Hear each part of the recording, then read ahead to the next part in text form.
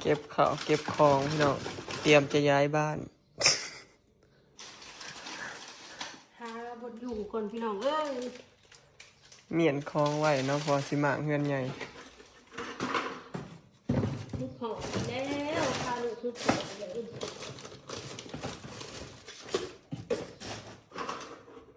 นอนเดี๋ยวไปนอนหน้าไปแหละ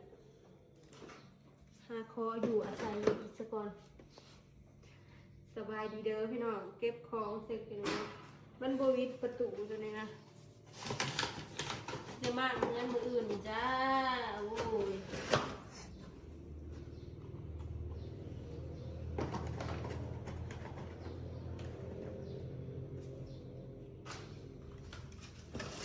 ร้ายเห็นของมันเล็กจิ๊กก๊อกนี่กันอันนี้รับแหละยันเอาพามไปบ่ได้อยู่ยันติทิมเฮือนใหญ่อันนี้สั่น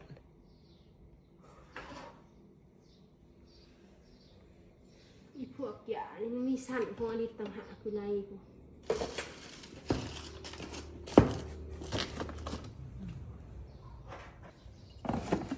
อันนี้ของแม่นี่ของลูกของลูกของแม่พี่น้อง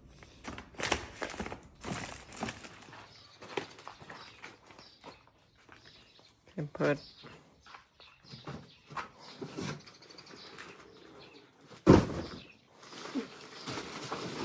ของลูกก็เต็มก่อนแล้วพี่น้องทั้งลูกทั้ง น้ำกินลูกอันนี้คอกอันนี้บนนอนเพิ่นปัดแล้วเพิ่นกระกวดอันนี้พี่น้องทูเฮือนคนกล่องยังออกมาเว้ยพี่เลย คนจากเฮือนใหญ่มาไหวขางเฮือนนี่เนาะคนมาไหวพี่เบิร์ดพี่น้องพอชิมาเฮือนใหญ่ บ้างเพื่อนใหญ่เลยจงไว้ล้างนี่ แม่นเห็ดเอาไว้เห็ดดำรังบัดยามมีเงินผ่อน พูดอย่างนี้ก็เอ้ยเป็นใครว่าเลยงานเกือบพวกกระทับหัวอีกเพราะว่าเขาจะมายับออกมาเพราะว่าบางทียันเข้ามาเพดานนี่ต้องแตกออกไปจะครึ่งหนึ่งแล้วเพราะว่าเพื่อไว้เพื่อมันเลยแตกลื่นอะไรบางเถื่อน่าสิแตกเป็นประมาณเครื่องแพงนี่แหละเพราะว่ามันติดเฮือนตัวใหญ่มันยับออกมาอีกน้อยหนึ่งเนี่ยมันบริวารตัวเฮือนมันติดกับเสาเลยเด้เพราะมันยืดออกมาอีก เราเก็บใส่กล่องใส่ยังไว้เลยยังก็เป็นขี้พุ่นตู้เอาไว้ในรถเลยแต่เศร้าคือสิเก็บสิพอที่เขาทำเขายังอยู่รังนี่มือแรกยังสิออกนอนนะแรกเสียงขมันใหญ่สายไฟมีเขาที่น้ำแหละมันจะสิออก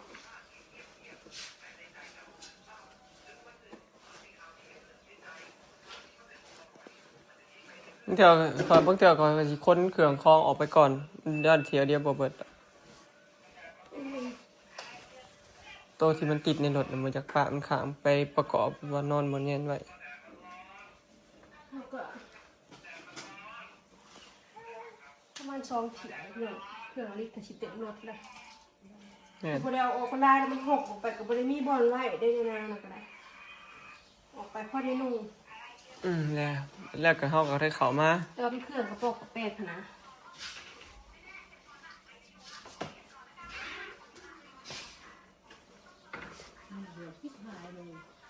มากเงินประมาณ20,000-30,000เขาจะประมาณแล้วกินก็ได้เรียกแล้วตัวเขาจะคนเขาอีกนะพี่น้องจ้างอยากเขา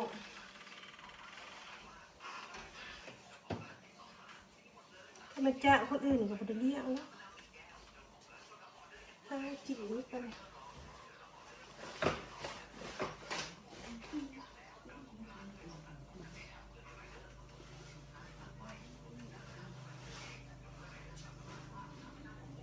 เอาสู้ๆเนาะพี่น้องจังไดก็หลังจากที่รอมาโดดเราก็จะได้มากซะแน่โอ้ยเขาก็เมื่อยขาเมื่อยคอเนาะถ้าไปถามมาไม่เห็นซาตัวได้เห็นก็สิฮอดยามฝนเด้เนาะจังหน่อยพอลงหน้าอีกเนาะไว้ปีนี้ บร้อย ทุจ้า ดูจ้า ทุจ้า ดูจ้า ได้จะออกไปริวหน้าบ่ จ้าจ้ะลูก แม่นบ่ ดูจ้าจ้ะ อ๋อง่ายบ่ ดูจ้า ง่ายอีกแล้วลิดว่ะ ดูจ้าลูกกูดูจ้าลูกกูเป็นน้ำอ้ายไง หน้าผากก็แตกเนย เดี๋ยวสิมาขึ้นคนเครื่องอยู่ท้องเฮือนเนาะพี่น้องอยู่ท้องเฮือนกับขี้ฝุ่นไทยขี้ฝุ่นว่าพวกเฮิงกันได้เที่ยวมากวดเบิ่งความแบบว่ารถมันแบบว่ารถอเลียล้อเนาะป้าตัวเครื่องเชิงบักหลายยังได้เฮ้ย นั่นแหละ พาเล่งคนเครื่องให้แล้วมื้อนี้แล้วบ่เลย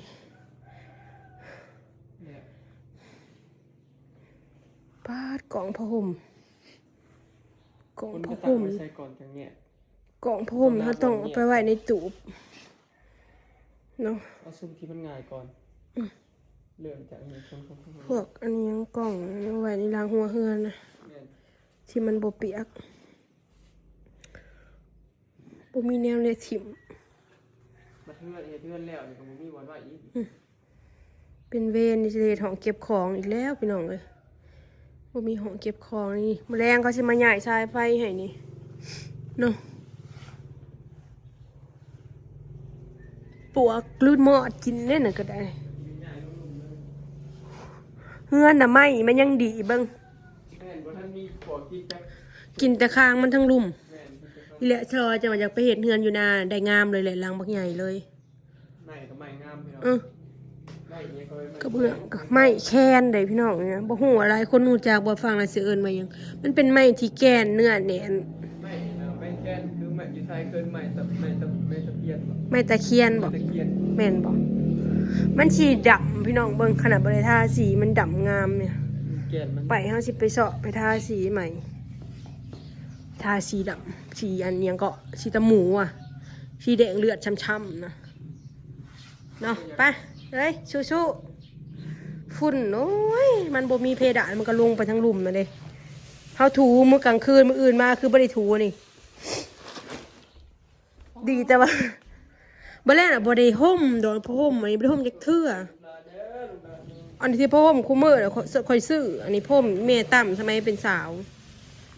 ซึ่งยังอยู่ใน ห้องพระก็สิลงไปม้วนไว้ลุ่มปะ เบิ่งขี้ดินพี่น้องเอาบ่ได้ปัดเลยเนาะตั้งแต่บ่มีเพดาน บ่ค่อยได้ปัดเลย ปัดบ่ได้ ปัดบ่ได้ปัดน่ะมันคูลงลุ่ม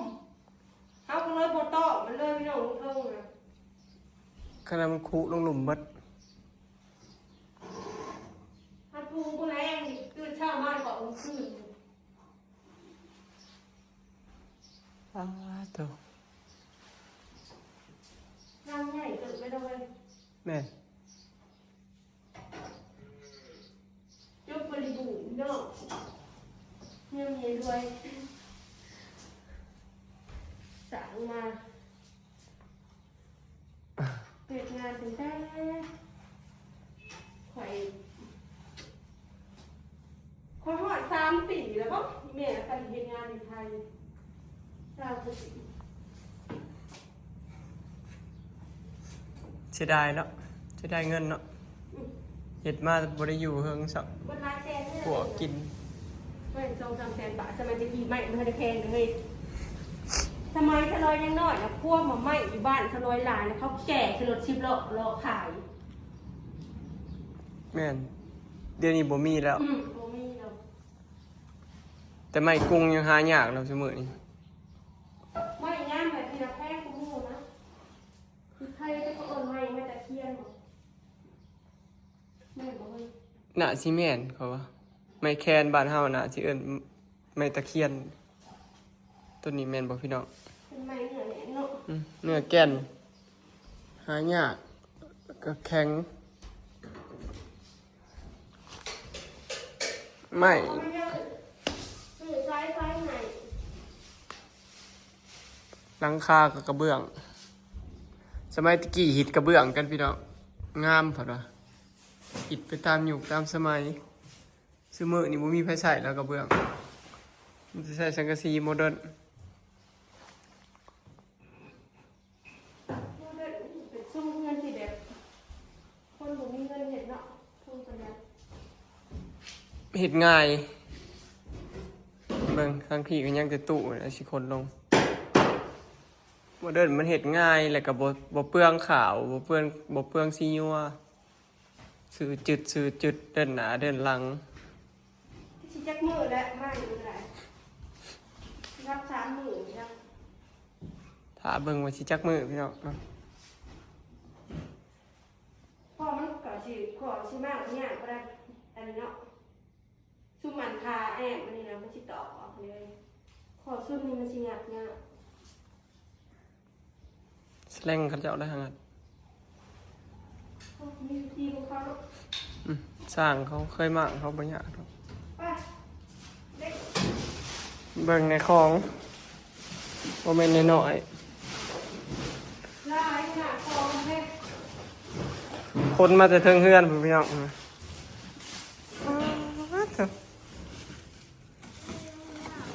นี่แหละสื่อของมาลายเอาของไหวลาย บนนี้พ่มพงคาตะกี้ของเนี่ยบริมีตู้ใส่พ่มนะตะกี้นะไปสิไปสิ ซ้ำสิขึ้นบ้านใหม่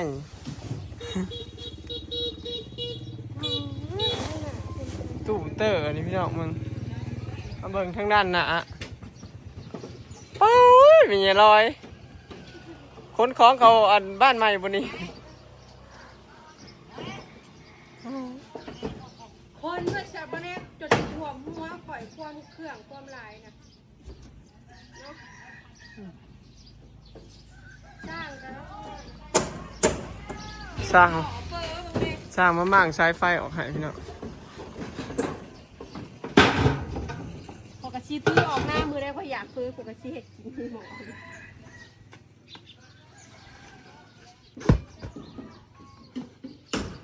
มือนี้ถือว่าเมียนเฮือนเบิดมือเลยพี่น้อง บ่มีเผาอันตู้ใส่ผ้าห่มมันเลยแบบ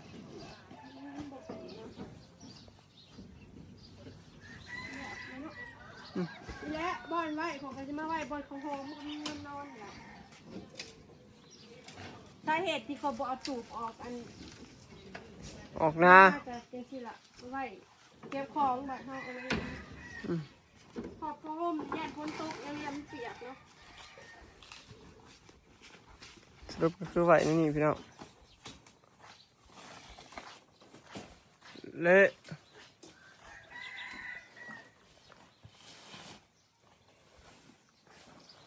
ตอนแรกว่าจะเอาตูบออกหน้าเลยพี่น้องแต่ว่ามันมีบอลไหวเนาะเพราะว่าขังบอลจอดดกระสีมากก็เลยมีแต่บอลไหวแต่บอลนี่แหละบอลฝนชิบุฮัมเต็มเลยพอดี แบบนี้อันนี้ก็จะเป็นที่เก็บของแล้วแบบนี้สร้างกันก็ห้าบอลนั่งดูตอนหนู นางกินข้าวในเฮือนในซ่านถูกแล้วไม่มาเบิด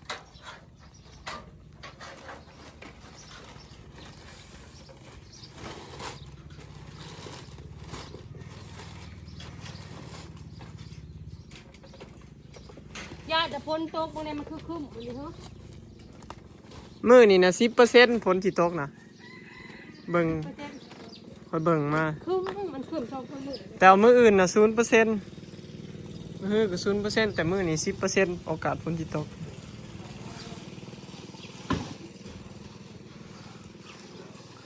เนี่ยแต่ช่องคนใดว่ามันให้ก็คือมาเมียนอีกได หากะสิ ผมก็ต้องขับเครื่องทั้งเก็บอยู่ทั้งนั้น เมื่อคืนนี่ก็ซักเครื่องตากเครื่องกับสลอยพี่น้องตากเครื่องซักเครื่องตากเครื่องแล้วก็เตรียมสิย้ายออกไปนอนน้ำมื้อแรงเนาะแล้วมื้อเช้านี่เฮาก็เมียนกันตั้งแต่เช้าพุ่นน่ะว่าสิเมียนนี่มันแล้วมื้อนี้พอมื้ออื่นเขาเจ้ามากเนาะในที่สุดก็มาถึงวันนี้สรุป ถ่าสร้างแต่เฮิงเนาะสร้างเขาก็ว่าจักสิดีใจหรืออะไรมันบอกมาถึงเนาะเอ้ย สิได้เฮือนใหม่นี่ เจ้าสุภาพรูปเจ้าเห็ดทุนหาอยู่บอก อืมอืม หาเก็บไปเปิดเจ้า เนี่ย เดี๋ยวเห็นมุมกว้างก็ถ่ายยับมาอีก